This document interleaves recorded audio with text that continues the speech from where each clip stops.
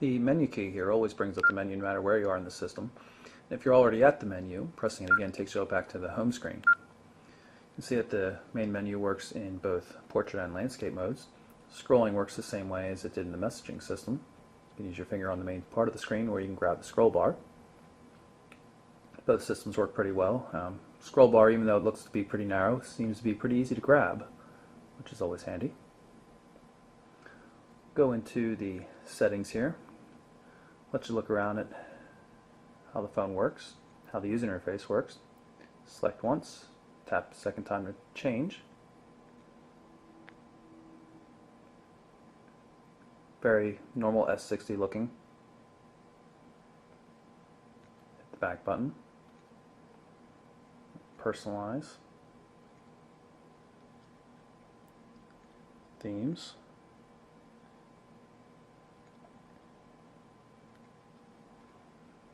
Show you that the tabbed interface on S60 is still alive and well. We're going into the profiles editor right here. You can see all the profile settings, but up here you can move from tab to tab. You can do it with your finger. It's a little bit harder because it's a small button there, but it does work. When it comes to profiles though, it's always easier just to hit the power button briefly, which brings up a list, then you can just set the profile that way. As I mentioned previously, this little button up here, touch sensitive button, brings up quick media access menu.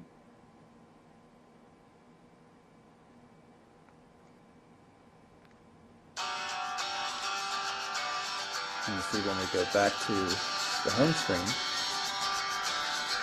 music's shown right here on the active standby screen.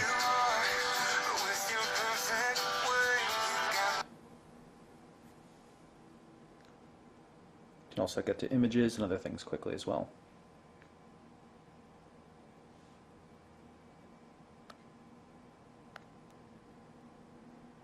Image viewer works in both portrait and landscape modes.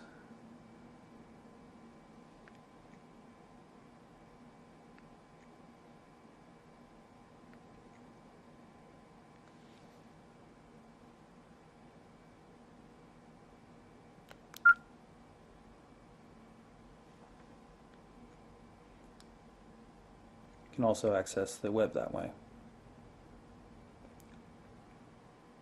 Here's a quick look at the browser. You can see right now we're on the Mobile Burn home page, but this is the mobile formatted version. If we go down here, tap on a link that'll take us to the full version, and this is over a Wi-Fi connection. This is a European spec 5800, so it doesn't support 3G networks in the US. You can see over Wi-Fi it pulls up the site pretty quickly. Fairly accurate rendering. This plus button down here handles the zoom controls. So you can zoom with your finger.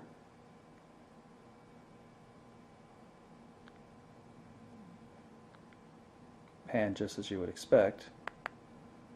Double tapping zooms intelligently too, which is always nice.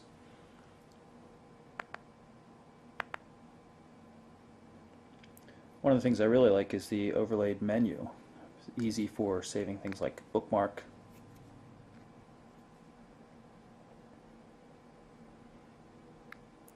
Or subscribing to the RSS feed.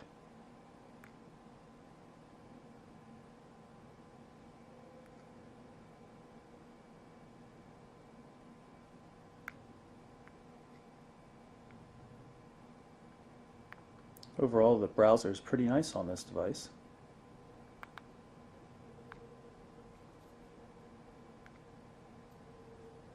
And it works well with fingers or a stylus. One thing it doesn't do though is it doesn't keep the previous zoom level, so you have to constantly zoom around as you switch from page to page.